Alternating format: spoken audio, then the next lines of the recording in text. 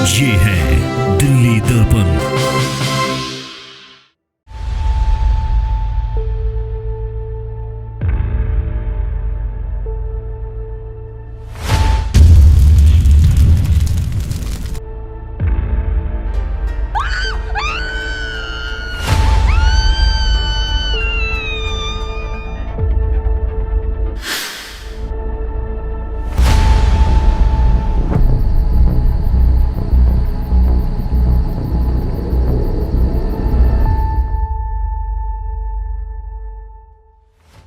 छोटी सी स्टोरी सुनाती हूँ। एक लड़की है जो 1990s की, this is a true story, Hasina Hussain. जब वो जा रही होती है तब उसके जो पुराने बॉस होते हैं वो बिकॉज ऑफ कोई रिवेंज या कोई एनिमोसिटी उनका पीछा करते हैं, आते हैं और उनके ऊपर एसिड थ्रो कर देते हैं। बस एक ये इंसिडेंट होता है जो टीवी पे आके बहुत ज़्यादा फ्लैश होता है कि एसिड थ्रो कर दिया गया। उसके बाद की जो कहानी होती है वो ये है कि पहले तो ये पता करना पड़ा कि उनके ऊपर एसिड थ्रो क्यों किया। जिन्होंने एसिड थ्रो किया वो उनके पुराने एम्प्लॉयर थे, उनका नाम बिंदु था।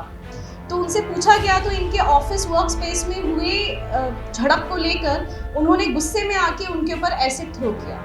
नाम तो रखा हसीना पेरेंट्स ने क्योंकि बच्ची है, सुंदर है, प्यारी है, लेकिन अनफॉर्चुनेटली जो सिचुएशन उसकी हुई वो बहुत ही दुखदाई थी उनके पेरेंट्स के लिए, लड़की के लिए भी, जब वो अपने आप को मिरर में देखती थी। जब कोर्ट में ये केस गया तो कोर्ट ने यहाँ पे एक चीज को बोला कि हमें इसमें स्ट्रिक्ट पनिशमेंट देना चाहिए।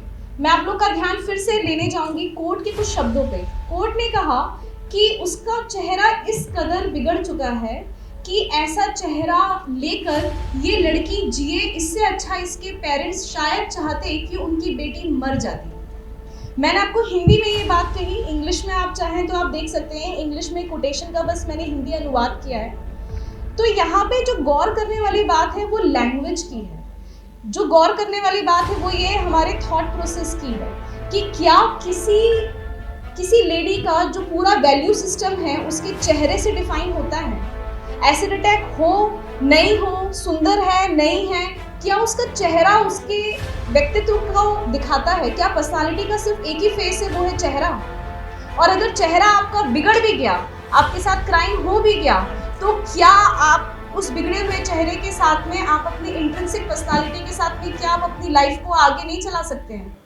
कोर्ट की इस लैंग्वेज पे बहुत सारे सोशल एक्टिविस्ट ने क्वेश्चन उठाया कि क्या वुमेन की वैल्यू उसके ब्यूटीफुल फेस तक डिफाइन हो जाती है, और क्या अगर वो फेस डिस्ट्रॉय हो जाता है तो क्या एज गुड एज डेड हमें करार दे देना चाहिए?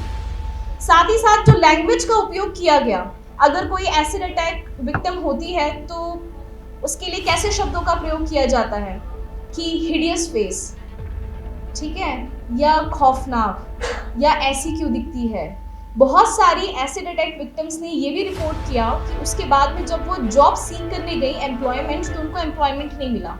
उनको ये कहा गया कि आपको देख के डर लगता है इसलिए आपको एम्प्लॉयमेंट नहीं दिया जाएगा।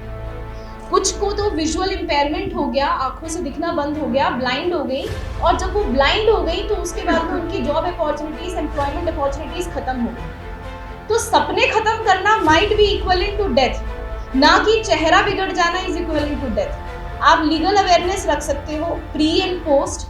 आप घटना घट जाए तो पुलिस अपना काम कर सकती है, हॉस्पिटल अपना काम कर सकता है, आप रिहेबिलिटेशन के लिए गवर्नमेंट कंपनसेशन दे सकती है, but that will not amount to a total rehabilitation जब तक हमारे समाज में, हमारी सोसाइटी में आप और हम सारे मिलकर जो लैंग्वेज हम यूज़ करते हैं वो लैंग्वेज को ठीक ना करें, हमारे देखने का पर्सपेक्टिव ठीक ना करें।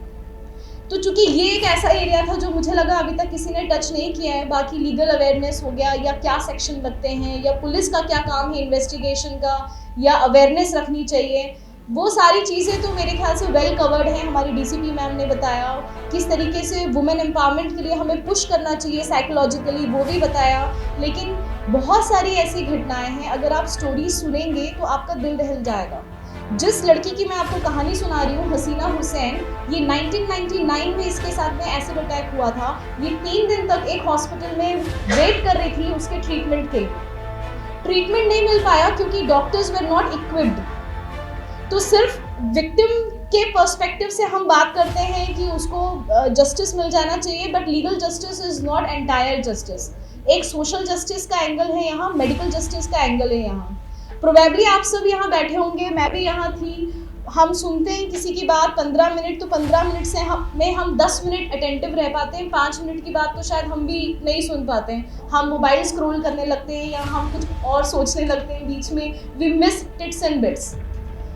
बट मैं सिर्फ एक ही बात क्लियर एंड कन्वे करना चाहती हूँ कि हमारी सोच है वो चीज़ जो विक्टिम को विक्टिम ना महसूस होने दे, क्योंकि a beautiful face is not the end of it. अगर एसिड अटैक हो भी रहा है तो एज अ सोसाइटी हम उसे रोकने के लिए लीगल अवेयरनेस, सोसाइटी अपना काम कर रही है।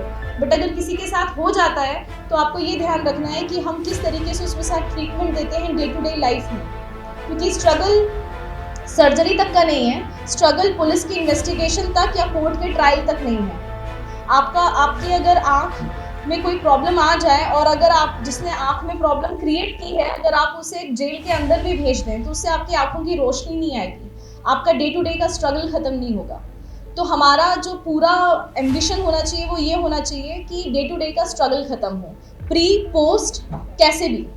And it should not be restricted to a beautiful face. A value of a woman should be more than a beautiful face. Thank you.